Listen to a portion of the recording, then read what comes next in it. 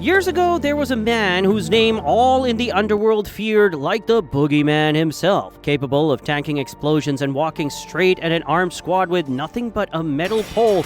This man could parry bullets, slit throats, and strangle his enemies with the ease of breathing.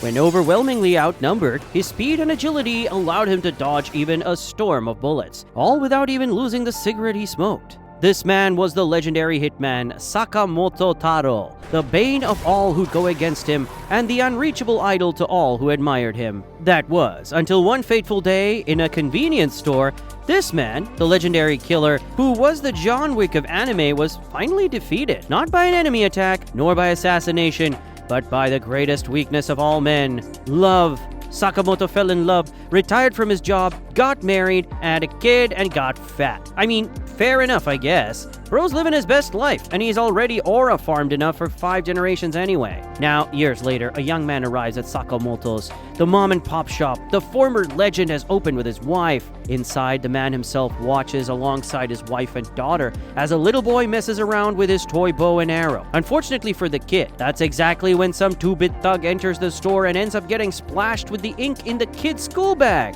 Man, and on white pants too? That sucks.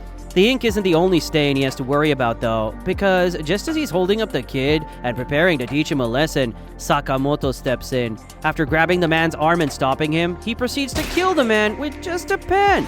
Okay, that has to be a John Wick reference. I'm not crazy, right? As it turns out though, that pen part is just Sakamoto fantasizing about what he would have liked to do. Instead, he lets the thug leave after grabbing his arm and turns to help out the kid. That's when we see the blonde dude from earlier, Shin, now seated on the store's counter and monologuing about Sakamoto's thoughts. Yeah, he can read minds. Don't ask how that works. Before he can ramble on anymore though, Shin's intimidated to the point of breaking character by Sakamoto, thinking of slapping him dead.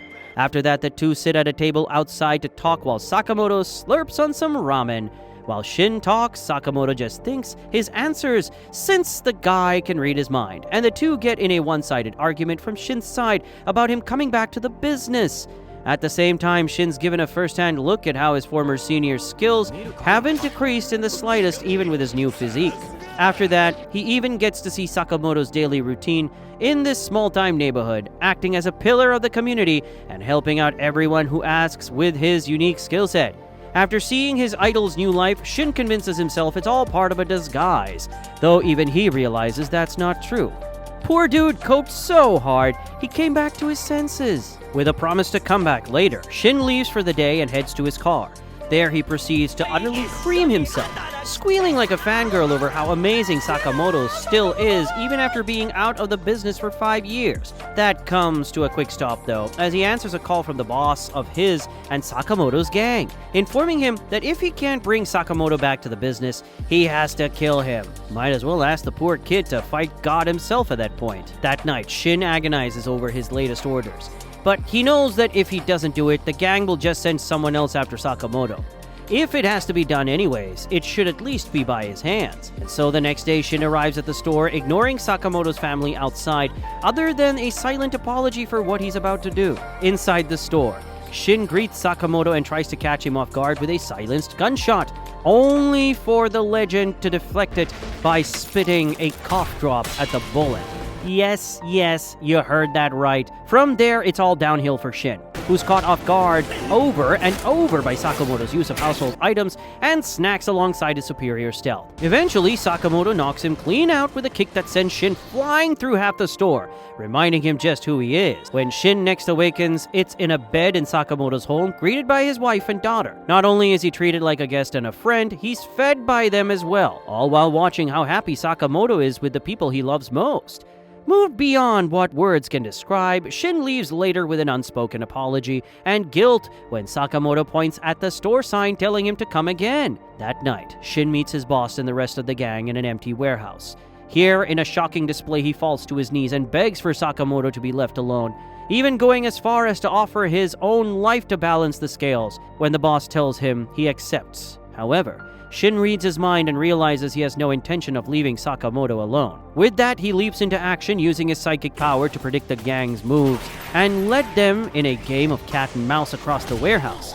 killing several of them in the process. Unknown to anyone, Sakamoto's been listening this whole time through a bug he planted on Shin, because of course he did! Always 2 steps ahead, baby. With his mind made up on what to do, Sakamoto inputs a secret code in the store register, revealing a hidden armory spanning the backside of the entire store's walls.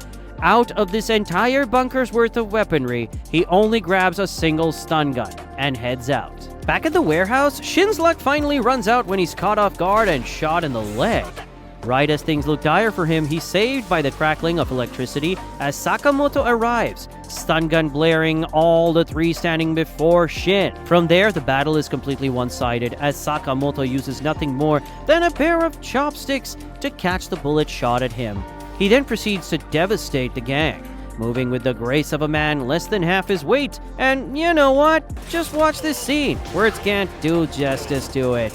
Once he's taken out the gang, including their boss, he heads back to where Shin is. Grateful as he is that he has got to see Sakamoto in action one last time, Shin promises to leave town now. He's interrupted in the middle of that, however, when Sakamoto tosses him an employee apron and tells Shin to pay rate for working at his store. Though he's apprehensive at first, Shin takes to the job like a fish to water, with time, becoming the perfect clerk since he can predict everyone's needs with his powers.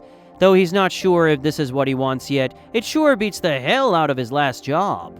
Only a couple days later, Shin, in his glazing of Sakamoto, accidentally reveals to his wife that the former legend was in a battle recently.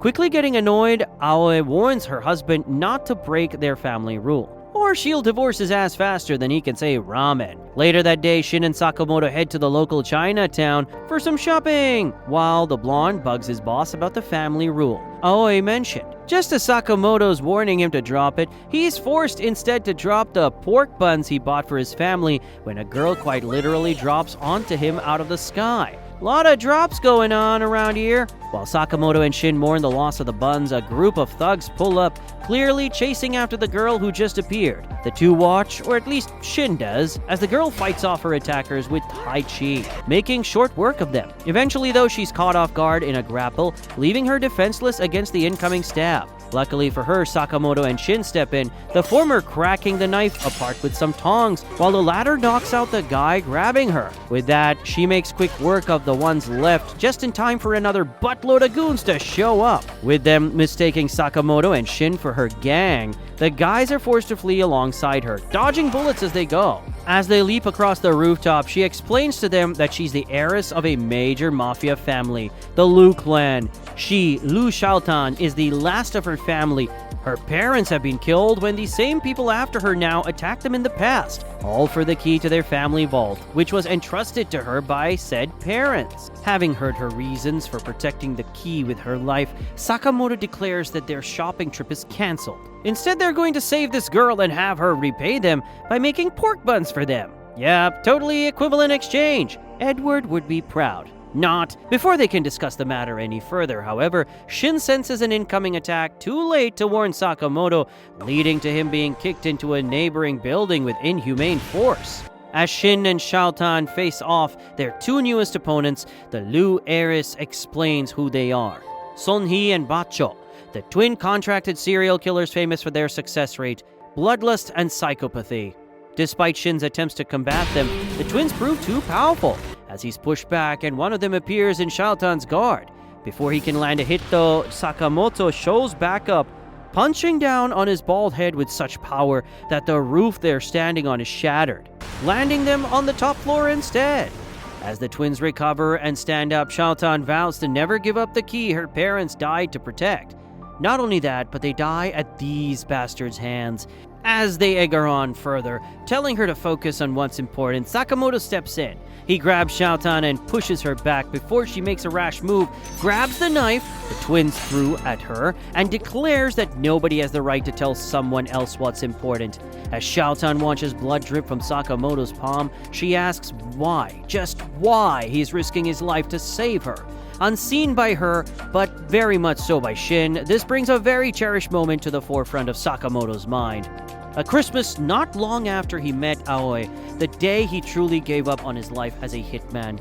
A night when she showed him that the work he does hurts people just as much as it'd hurt him if he lost her. That night, as they sat in a pile of snow, Aoi asked Sakamoto to promise her he won't kill anymore. To promise her that from now on, to make up for all the lives he's taken, he'll spend the rest of his own saving them instead. That is their family rule. Man, who the is cutting all these damn onions in here? Back in the present, with Shin now aware of his mentor's motivations, the two leap into action against the twin killers. Armed with nothing but the kitchen tools in the building, Sakamoto shows the twins just how extreme the difference is in... Okay, yeah, again, just watch. Words can't do justice to this action. Sakamoto straight up shrugs off even their strongest moves, dodging with ease while Shin slaps pain patches on him like this is a light exercise session. Before long, the twins are fully beaten, crushed by a wok and a fridge, respectively, thanks to an assist from Shin. Xiaotan, moved by how far they've gone to help her, and their modesty takes them with her to the Liu family vault. There, they dump the twins' bodies before their employer, and Xiaotan beats the snot out of him as payback. Despite all he's done to her, Xiaotan decides not to kill the man, instead follows her father's advice to live a happy life. With their enemies all handled, the group head to the Liu Vault, finding all the treasures inside vary from gold to personal keepsakes, each generation having valued different things, and the treasure left here by Xiaotan's father is the best of all in her eyes. A bottle of liquor, with a note saying it's something to drink with her once she comes of age. God damn it! Who brought the onions back in? Bonded by the day's events, the trio sit in the vault, sharing the liquor left by Xiaotan's dad over the crushed pork buns. Sakamoto's held onto this whole time. As they sit there, Xiaotan feels at peace for the first time in a long time, her heart warmed by the company she's found and the buns in her stomach. Having saved Xiaotan from the others after her and secured her clan fortune, Sakamoto and Shin are rewarded with a new addition to their little convenience store family.